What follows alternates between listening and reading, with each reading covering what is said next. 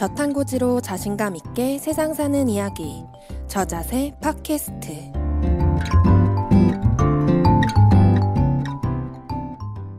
건강한 라이프 스타일을 위해 노력하는 저탄고지인들에게 힘이 되어주는 방송 저자세 팟캐스트 진행을 담당하고 있는 메이입니다. 안녕하세요. 오래간만에 녹음이라 좀 떨리는데요. 오늘 저와 함께 해주실 분들 소개해드릴게요. 정밀 박사님이랑 키슬님이십니다. 안녕하세요. 정명일이에요. 계절의 여왕 5월에 여자 셋이 또 모였습니다. 많은 여성분들에게 건강한 저탄고지가 뭔지 좀 안내할 수 있는 좋은 기회가 될 것 같아요. 네, 안녕하세요. 오랜만에 인사드립니다. 키슬이고요. 저는 대한저탄수화물 고지방식이 협회 홍보대사로 활동하고 있습니다. 시즌 4에 다시 이제 합류하게 돼서 너무 감사하게 생각하고 있습니다. 한 2달 넘게 쉬었는데 쉬면서 진짜 준비 많이 했고 앞으로 기대해 주시면 좋을 것 같습니다. 오늘은 이제 저탄고지를 하면서 꼭 알아야 하는 것들이라는 주제로 저희가 총 3편 특별로 기획을 했는데요. 1편은 용어와 개념 정리 편이에요. 또 뭔가 개념 정리 이러니까 부담스럽고 어렵게 느끼실 수 있는데 사실 어려운 건 아니고요. 진짜 저탄고지 이제 막 시작하시려고 하시는 분들이나 시작하신 지 얼마 안 되신 분들이 뭔가 좀 대충 뭔지는 알겠지만 그래도 뭔가 자세하게 알고 싶고 정확하게 알고 싶다 하시는 분들이 이제 이 방송 들으시면 도움이 되실 것 같습니다. 아닌 게 아니라 제가 이제 식이요법이랑 심리적인 것들을 상담을 하는 일을 하고 있는데요. 이제 여름이 다가오고 옷이 점점 얇아지고 이러다 보니까 다이어트랑 관련돼서 상담이 정말 급수적으로 확 늘었어요.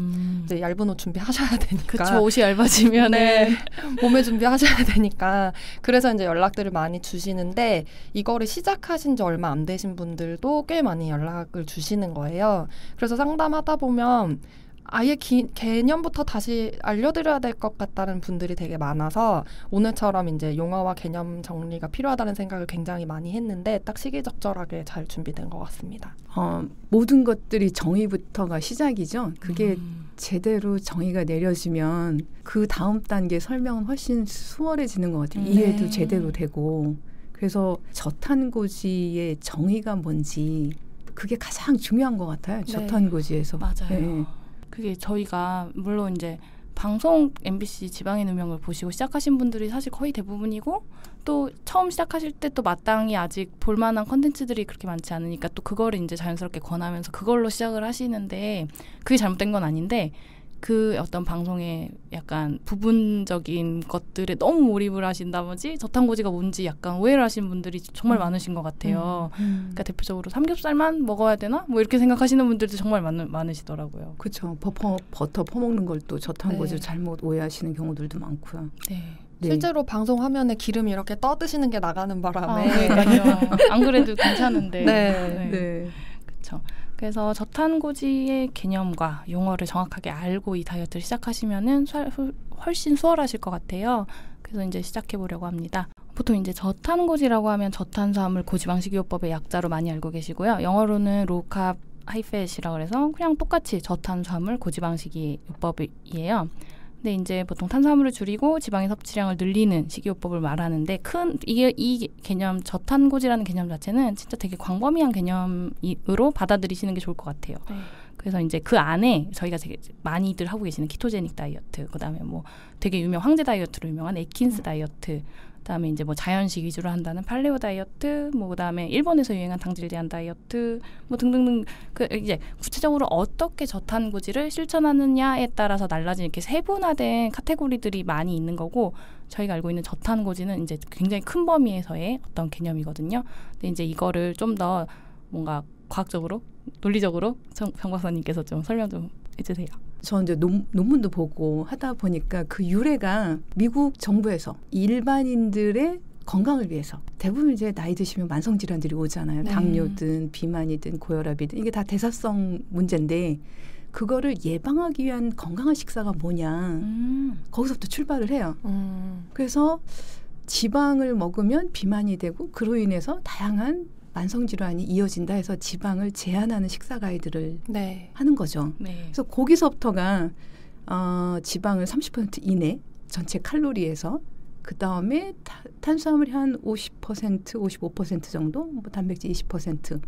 그 가이드라인을 기준으로 해서 그거보다 탄수화물을 적게 먹으면 저탄, 그다음에 지방도 그거보다 더 적게 먹으면 저지방, 그거보다 많이 먹으면 뭐 고탄, 고지방 뭐 이렇게 되는 건데 이론적으로 그거에 기준해서 하루에 탄수화물 섭취를 200g 이내로 먹는 거를 일반적으로 다양한 학자들이 저탄수화물 식사라고 정의를 해요. 생각보다 200g이면 저희 뭐 20g, 50g, 많으면 100g 이렇게 컷하면서 먹는데 200g이면 꽤 높은 편인 것 같기는 해요. 그렇죠. 그러니까 성인들이 평균 칼로리 섭취를 2000이라고 칠 때 네. 탄수화물을 200g을 먹는다 그러면은 전체 칼로리에서 한 40% 정도 차지하는 거죠. 그렇게 그러니까 생각하면 또 적고요. 그렇죠. 네. 미국 식사 가이드 대비 그래서 그걸 저탄이라고 일반적으로는 정의를 내리죠. 그런데 애킨스 박사님이랑 실제 연구도 하고 저탄고지의 선구자격이죠. 네. 에릭 웨스트만, 스티브 피니, 그다음에 볼렉, 닥터 네. 볼렉 이분들이 환자들을 무수히 저탄 식사로 치료를 해오면서 그분들은 기능적으로 또는 현실적으로 저탄에 대한 정의를 어떻게 내리냐면 대사의 방향을 바꿀 수 있는 정도의 탄수화물이 줄어야 되는. 그러니까 실제적으로 인슐린이 그 전과는 상당히 줄어서 체지방을 분해를 유도할 수 있는 식사. 네. 그거를 저탄수화물 식사로 정의를 내렸어요. 그래서 대체로 사람마다 좀 뭐 체중이나 이런 것에 따라 틀리겠지만 20에서 한 150g 하루 섭취량이 탄수화물이 그거를 저탄수화물 식사로 정의를 내렸어요. 그 많은 환자를 치료하면서 내린 정의인 거죠. 그래서 그게 저는 맞다고 보고요. 네. 그래서 여기에서 저탄고지 그럼 이제 사람들이 흔히 탄수화물 적게 먹고 지방 많이 먹는 식사. 거기에 채소의 개념은 없거든요. 조절 영양소의 개념은. 그러다 보니까 채소는 안 먹어도 되나? 그냥 지방 많이 먹으면 되는 건가 보다라고 쉽게 오해할 수 있는데 여기에서 저탄고지에서 채소는 논외예요. 그냥 열량 영양소를 내가 에너지원을 주로 뭐로 취할 거냐. 지방이나 탄수화물에 그거에 대한 문제지 조절 영양소도 필요 없다. 조절 영양소 급원까지도 필요 없다. 라는 개념은 아니거든요. 그래서 채소의 중요성은 뭐 뒤에 가서 또 논의하겠지만 그 점에 대해서 열량 영양소에서 탄수화물을 주로 취할 거냐 지방을 주로 먹을 거냐의 개념이라고 보시면 되겠습니다. 여지껏 저희는 고탄 저지만 있는 세상에서 살았던 거잖아요. 그렇죠. 근데 아니다. 저탄 고지도 우리가 생활을 하는데 충분한 에너지원으로서 어떤 그런 방식으로 선택할 수 있다. 이게 패러다임의 전환인 것 같아요. 사실 뭐 막 고기를 많이 먹자, 지방을 많이 먹자 뭐 이런 얘기는 하고 있지만 알고 보면은 정 박사님 말씀하신 대로 뭘 주요 에너지원으로 사용할 것인가. 진짜 그 선택을 우리가 할 수 있게 변했다는 것만으로도 저는 되게 큰 되게 뭔가 변화, 혁신인 것 같거든요. 그렇죠. 네, 그래서 이제 에너지 공급원으로서의 지방을 선택하는데 아무 지방이나 먹는 건 아니고 건강한 지방을 먹자라는 이야기까지는 들어보셨을 것 같아요, 다들. 그런데 이제 건강한 지방이란 과연 무엇인지 이야기를 해주시면은 네, 도움이 되실 것 같네요. 우리 시즌 3에서도 얘기를 한 것 같아요. 그러니까 그전에는 탄수화물을 주요 에너지원을 하다가 지방으로 넘어오면 에너지원으로서 크게 이제 지방의 분류 중에 포화지방과 불포화지방산이 있는데 에너지원으로서는 포화지방이 훨씬 좋다라는 청정 원료라고 말씀을 드렸을 거예요. 네. 그래서 포화지방은 건강한 지방의 대표적인 거죠. 그런데 우리 일반식 했었을 때 생각해보면 지금까지 고탄 저지가 건강한 거라고 알고 있었던 건 만큼 포화지방이 우리 몸에 되게 나쁜 걸로 우리가 그동안 배우고 자라고 살았잖아요. 그래서 네. 포화지방은 어떻게든 피하려고 노력했는데 네. 포화지방이 왜 건강한 지방인지 좀 알고 싶어 하시는 분들이 많을 것 같거든요. 네. 그러니까 먼저 포화지방 섭취가 왜 안 좋냐고 한 것부터. 네. 네. 그러니까 콜레스테롤이 심혈관 질환의 주범으로 얘기가 됐었고 네. 포화지방을 먹으면 혈중 콜레스테롤이 올라가요. 그리고 혈액에 포화지방이 많이 높은 사람들일수록 뭔가 대사서지방이 높은 거예요. 네. 그러니까 내 몸에 있는 포화지방이랑 섭취하는 포화지방을 동일시한 거에서 문제가 시작된 것 같아요. 네. 근데 이제 과학이 발달하면서 계속 측정을 해보니까 몸 안에 있는 포화지방은 대부분 먹은 탄수화물부터 간에서 합성된 거더라고요. 그러니까 먹은 포화지방은 사실은 혈액에 그렇게 남지가 않아요. 네. 그래서 포화지방에 대한 오해가 아마 연구를 충분히 하지 않았었기 때문에 이해가 되지 않아서 생긴 오해 같아요. 네. 근데 지금 21세기 들어오면서 너무나 좋은 연구 기법도 생기고 다양한 방법에 또 다양한 연구들이 진행되면서 먹은 포화지방은 혈액에 포화지방으로 쌓이지 않더라. 그런 게 밝혀지면서 이제 그런 오해가 풀렸고요. 네. 그 다음에 왜 포화지방, 그럼 먹는 포화지방이 왜 건강하냐? 제가 이제 많이 얘기하는 건데 환원도? 에너지원의 환원도가 높을수록 미토콘드리아에서 ATP 생성이 많이 될 수가 있어요. 네. 그리고 활성산소도 훨씬 덜 형성이 돼요. 활성산소가 우리 노화의 주범인 거잖아요. 그렇죠. 네. 그렇죠. 그게 미토콘드리아 손상시켜서 점점점 그 대사율이 떨어지고 또 거기서부터 핵도 활성산소가 핵도 공격하고 세포막도 공격하고 해서 세포를 노화시키고 손상시키는 거잖아요. 네. 근데 뭐 여러 요인들이 활성산소를 발생을 이끌지만 평생 먹는 식사, 네. 새끼, 간식 그게 아마 양으로 치면 제일 높을 것 같아요. 네. 근데 탄수화물이 지방에 비해서 특히 포화지방에 비해서 활성산소를 훨씬 많이 생성을 시켜요. 그걸 먹으면 보다 일찍 노화에 네. 들어간다는 거죠. 정말 그야말로 포화지방의 누명이 아닐 수 없는데요. 진짜 너무 그동안 뭔가 먹으면 맛있는데 너무 맞아요. 죄책감이 들던 맞아요. 네, 포화지방이 이제는 정말 우리의 몸의 주요한 메인 에너지원으로 쓰이는데 그것도 아주 효율이 좋다는 그런 내용이었습니다. 그리고 또 건강한 지방 무엇이 있을까요? 올리브유, 단일 불포화지방산 많이 포함된 올리브유도 굉장히 좋은 건강한 지방이죠. 네. 이제 에너지원으로서는 네. 뭐 적절하지 않지만 네.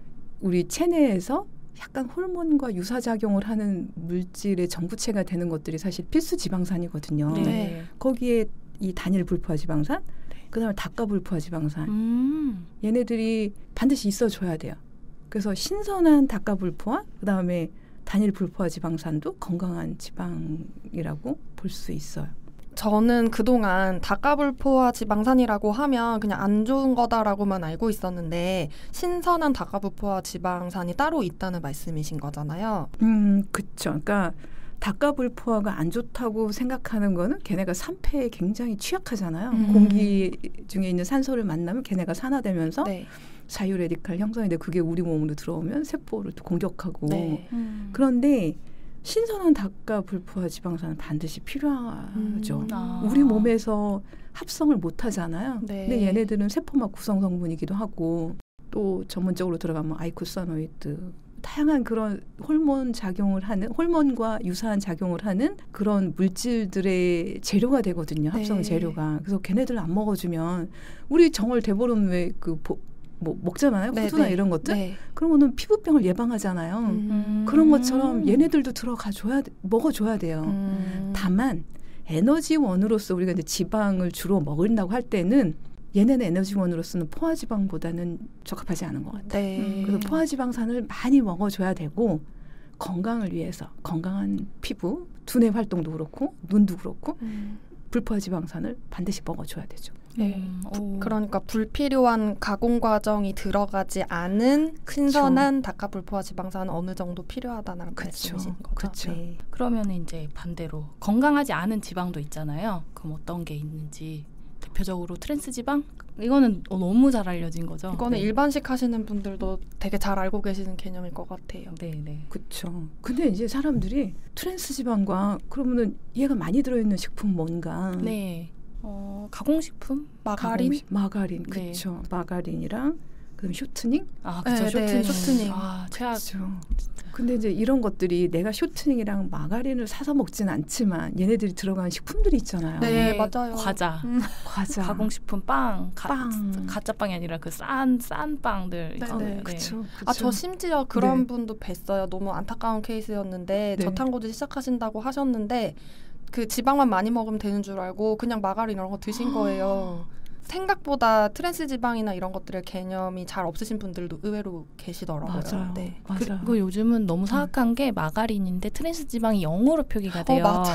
이게 왜냐하면 예전에는 그 수소화 기법 자체가 이제 뭐 어떤 기법이었으면 그게 이제 트랜스 지방의 주범이다 하니까 무슨 되게 어렵던데 무슨 에스테르화? 뭐 아무튼 이런 기법을 사용해서 트랜스 지방은 0인 그 마가린이 나오는 거예요. 근데 버터는 자연적으로 이제 그 트랜스 지방 함량이 한 100g당 1% 정도는 있다고 하더라고요. 그러니까 맞아요. 마가린 트랜스 지방 0%랑 버터 트랜스 지방 1% 들어간 걸 놓고 보고 오로지 트랜스 지방만으로 마가린이 더 건강한 거 아니냐 이렇게 말씀하시는 분도 계시더라고요. 전혀 아닌데요, 그죠? 그쵸, 네. 그러니까 자연적으로 존재하는 트랜스 지방 그 정도는 전혀 우리 몸에 해롭지 않잖아요. 네. 근데 마가린의 그 인위적으로 트랜스 지방을 또 없앤 거잖아요. 네. 또 어떤 구조의 지방산들이 있을지.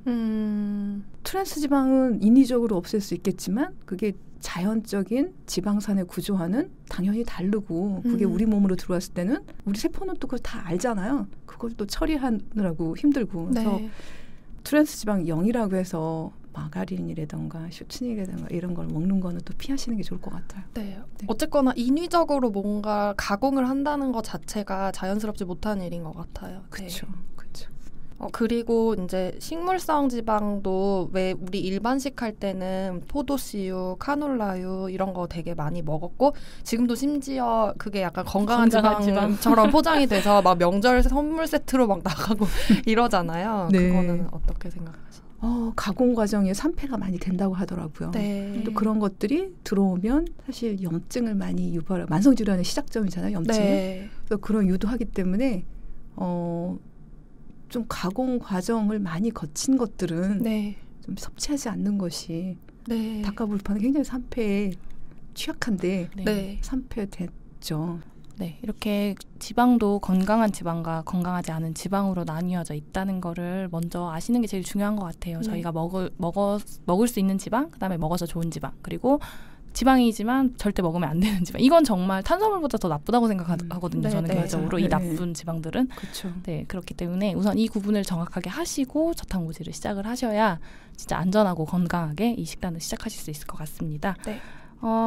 그러니까 좀 정리를 하자면 건강한 지방을 먹으면서 살을 빼는 다이어트가 네. 저탄건지. 건강한 지방. 네, 저탄건지. 오, 좋은데요? 네, 이게 더 나은 것 같아요. 저탄고지보다 저탄건지라는 표현이 훨씬 더 거부감도 확 줄어드는 것 같아요. 네. 그러게요. 네. 그래서 LCHF라고 하면은 로우캅에 하이팻이 아니라 헬시팻으로 해가지고 네, 건강한 지방 섭취를 하는 다이어트라고 이제 머릿속에 기억을 해두시고 시작을 하시면 좋을 것 같습니다. 네, 이마가 진짜. 큰 이유가 있어요.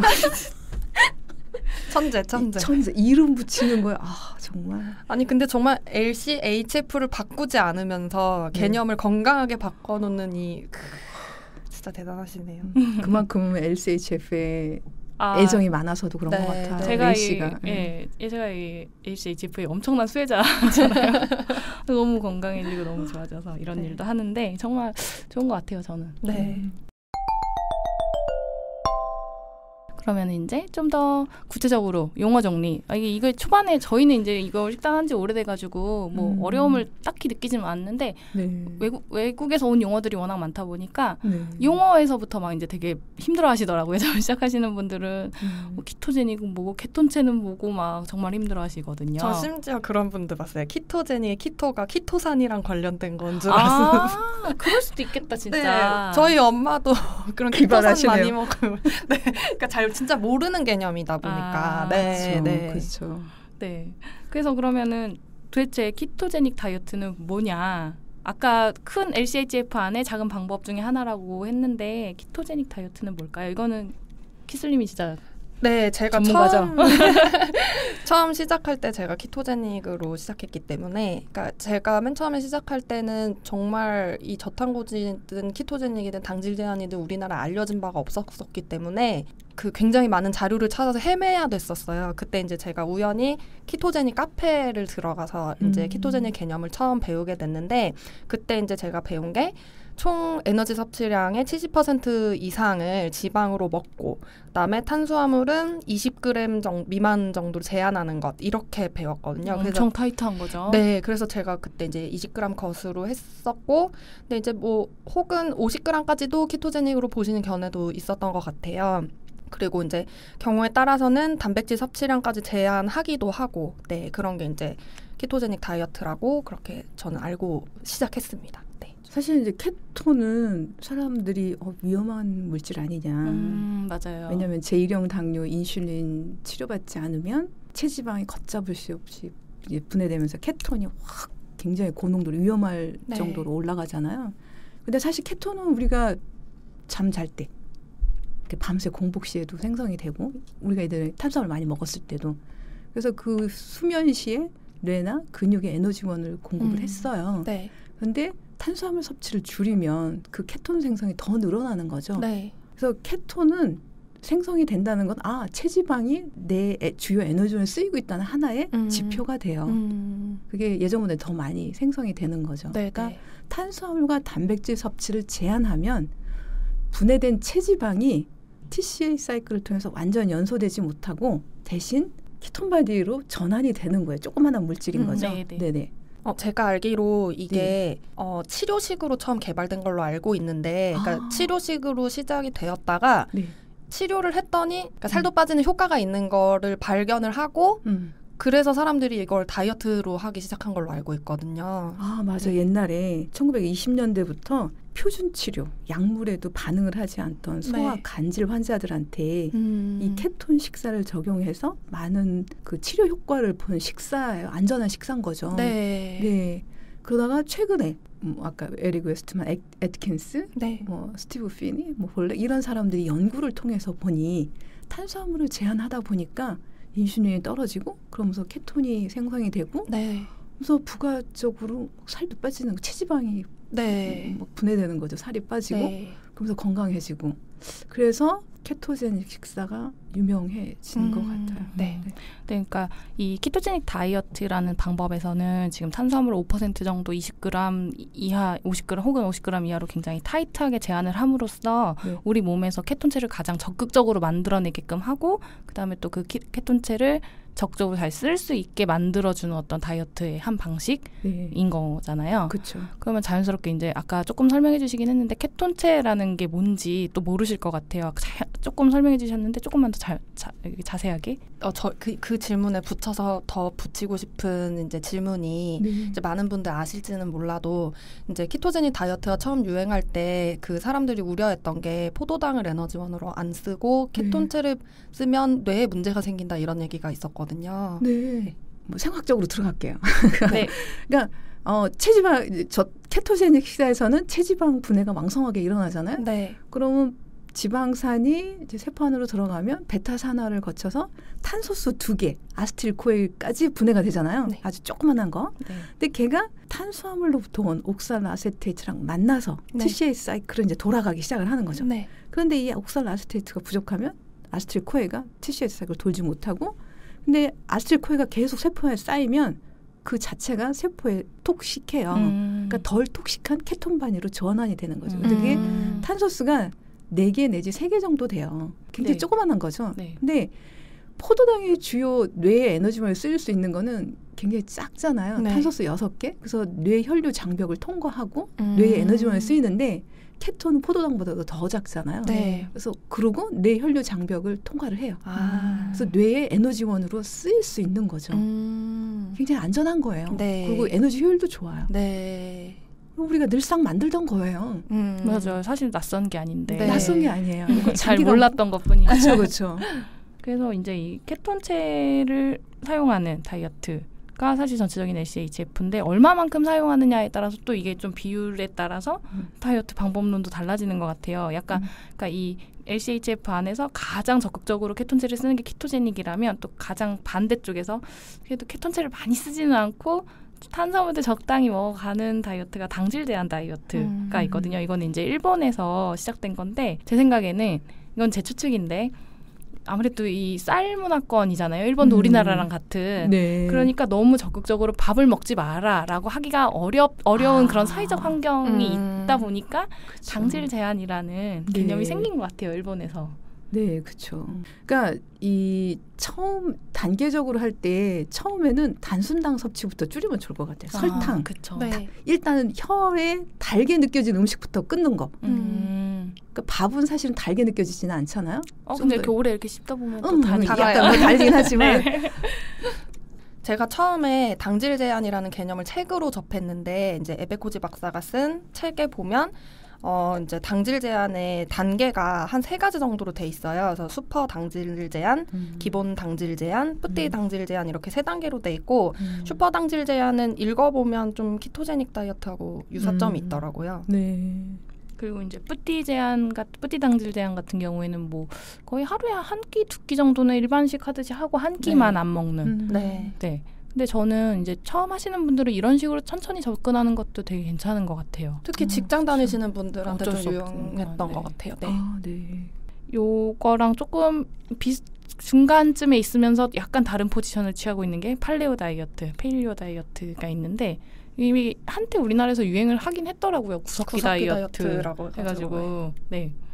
그래서 이제 이 팔레오 다이어트 같은 경우에는 탄수화물 섭취는 100g 정도 언저리 내외에서 하고 그다음에 가공식품을 제한하는 게 좀 특징이에요. 그러니까 되게 철저하게 가공식품을 제한해가지고 솔직히 뭐 키토제닉 하시는 분들은 빵 먹는 것보다는 햄 먹는 게 낫다 약간 이런 식으로 생각하시는데 여기서는 빵도 햄도 다 안 되는 완전 자연식품으로 먹는 네.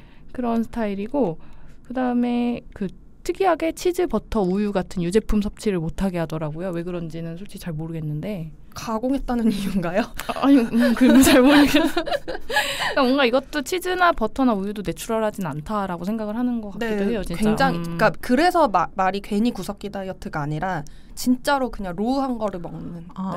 원시 시대에 이용 가능했던 식품들 위주로요. 그러니까 뭐 그런 얘기 있잖아요. 신석기 시대에 들어와서 농경 문화를 하면서 이제 사람들에게 없던 병이 생겼다. 뭐 충치라던가 뭐 그러니까 곡물을 위주로 먹으면서 그러니까 약간 그런 컨셉으로 해서 그 이전에 시대의 어떤 삶을 추구하는 스타일이 구석기 다이어트이더라고요. 시대적 환경이 너무 많이 변했잖아요. 네. 구석기 시대에는 스마트폰도 없었고 기차도 없었고 비행기도 없었고 맞아요. 그렇죠. 그다음에 일도 다 이런 사무실 일이 아니었었잖아요. 네. 그러면 그거에 맞게 또 식사도 바뀌어야 되는 게 좀 맞는 것 같아요. 네. 그러니까 너무 음식만 구석기 시대로 돌아가는 거는 그쵸. 안 맞는. 박사님 말씀처럼 상황이 변하고 이제 배경이 변하고 그러면 거기에 어느 정도 수반돼서 가야 되는 것들이 있어야 된다고 생각해요. 네. 네, 그리고 이제 저탄수화물 다이어트, 로캅 다이어트가 있는데 이게 뭐 키토제닉이랑 아니면은 뭐 다른 다이어트랑 뭐가 다를까 생각하실 수도 있을 것 같은데요. 우선 탄수화물 섭취량을 50g에서 150g 정도 사이, 약간 관대한 편이죠. 범주도 꽤 넓고 그 정도로 제한을 하고 이제 이렇게 먹으면서 생기는 부족한 열량을 지방에서 채우는 그런 스타일이거든요. 하루 탄수화물 섭취량을 50에서 150g 정도 했을 때 인슐린의 분비가 유의미하게 감소해서 체지방 분해를 유도할 수 있는 그런 대사적 변화를 일으킬 수 있는 식사가 저탄 식사죠. 로캅 식사. 네.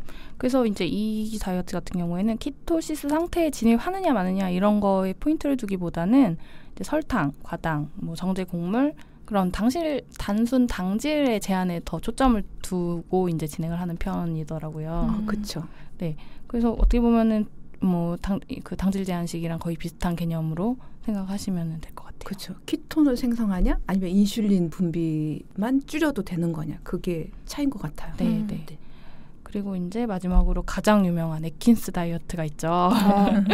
황제 다이어트로 알려져 있던. 네. 근데 이게 이제 요즘 새 에킨스 다이어트법이라고 해서 에릭 웨스트맨 그 박사님이 뭔가 가이드라인을 따로 잡아주셨더라고요. 그래서 단계가 있어요. 감량하는 단계, 그다음에 유지하는 단계 뭐 이게 있어가지고 그냥 간략하게 설명을 드리면 감량기에는 탄수화물 섭취를 20g으로 제한을 해서 굉장히 타이트한 키토제닉 다이어트로 감량을 해요. 근데 그 기간을 뭐 이제 감량 목표가 있을 거 아니에요. 그걸 어느 정도 감량이라 하면 체중 감량이요. 네.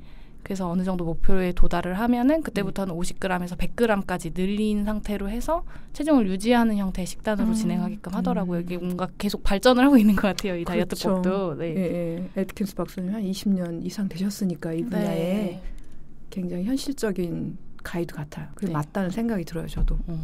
그리고 이제 요 에킨스 다이어트 관련해서 일화가 하나 있잖아요. 참 그게 정말 아직도 그렇게 알고 계시는 분이 많은데 에킨스 박사가 자기도 이 식단을 하다가 심장마비로 죽었다고 잘못 알려져 있는 게 되게 많이 돌아다니고 지금도 블로그 이제 검색해보면 심심찮게 돌아다녀요. 네, 아직도 그러니까 한 번 생성된 루머가 그렇게 오래오래 갈 수 있다는 게 그래서 이거 하면 안 된다, 위험하다, 창시자인 본인조차도 심장마비로 죽었다 이렇게 알고 있는 분들이 되게 많은데 실제로 그렇지 않잖아요. 실제로 에킨스 씨 같은 경우에는 공식적으로는 빙판길의 낙상으로 인해서 두부 손상으로 사망한 게 그게 진실이거든요. 맞아요. 그 에트킨스 박사님과 일했던 간호사분 있잖아요. 네. 제크는 에버스타인. 그분이 직접 얘기했어요. 심장마비가 아니라 네. 빙판에 넘어져서 두부 손상으로 사망하신 거다.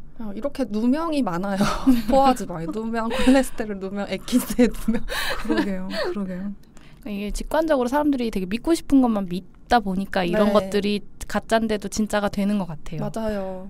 네, 여러분 정말 세상에 잘못 알려진 진실 중에 하나입니다. 에킨스 씨는 심장마비가 아니고 진짜 너무 안타까운 일이죠. 미끄러지셔가지고 머리를 다치셔가지고 되게 병원에 오래 입원해 계시다가 돌아가신 거거든요. 그래서 공식적인 전문의의 그 주치의의 그 사망 소견서도 그렇게 써 있고 그것이 기록으로 다 남아 있음에도 불구하고 사람들이 믿지 믿기 싫어하는 것 같아요. 맞아요. 네, 그런 상태입니다. 참 외로운 선구자였던 것 같아요. 정말 맞아요. 지금 생각하면 그쵸. 공격도 엄청 받고 그러면서도 꿋꿋하게 네, 맞아요. 타협하지 않고 정말. 그렇죠. 네. 근데 그 불씨가 사그라들지 않고 그거를 오히려 다시 과학적으로 더 연구가 많이 되고 있고요. 지금은 그분이 살아계셨다면 내가 울었어라고 얼마나 기뻐하실까요?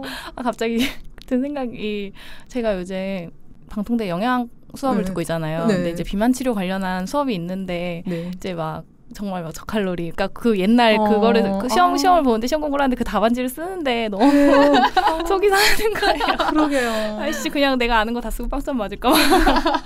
근데 이제 이거를 같이 하시는 저희 이제 영양사를 따신 선배님 말씀이 그 답안지 쓰고 나와서 그래도 지방은 괜찮아 점점점 하셨다는 거예요. 그래도 지구는 돌아. 네 정말 그래서 완전 그거네요. 제2의 갈릴레이라며. 진짜네요. 네, 그렇게 되더라고요, 이게. 그렇습니다. 저희 저탄고지 다이어트에 대해서 뭔가 그냥 정말 겉에 살짝 핥았는데도 시간이 벌써 이렇게 훅 지나갔어요. 네, 이 정도 이제 저탄고지의 개념과 어떤 방법들이 어떤 게 있는지에 대해서 알아봤고요. 다음 화에 대해서는 이제 좀 더 자세한 용어들, 이제 이 식단을 하시면서 굉장히 자주 쓰지만 정확한 뜻은 모르겠고 실제로 검색해도 잘 안 나오기도 해요. 그런 단어들이 의미하는 게 어떤 건지에 대해서 알아볼 예정입니다. 네, 오늘 두 분 오래간만에 녹음하느라 제가 되게 버벅거리는데 옆에서 맞춰주시느라 고생 많으셨어요. 아닙니다. 같이 버벅거렸어요. 저 너무 좋은데요. 좋죠. 너무. 오랜만에 얼굴을 보니까 참 좋네요. 네. 그럼 오늘 들어주셔서 감사하고요. 다음화 좀 더 이제 전문적이고 깊이 있는 내용으로 찾아뵙도록 하겠습니다. 감사합니다. 감사합니다. 감사합니다. 다음 주에 봬요.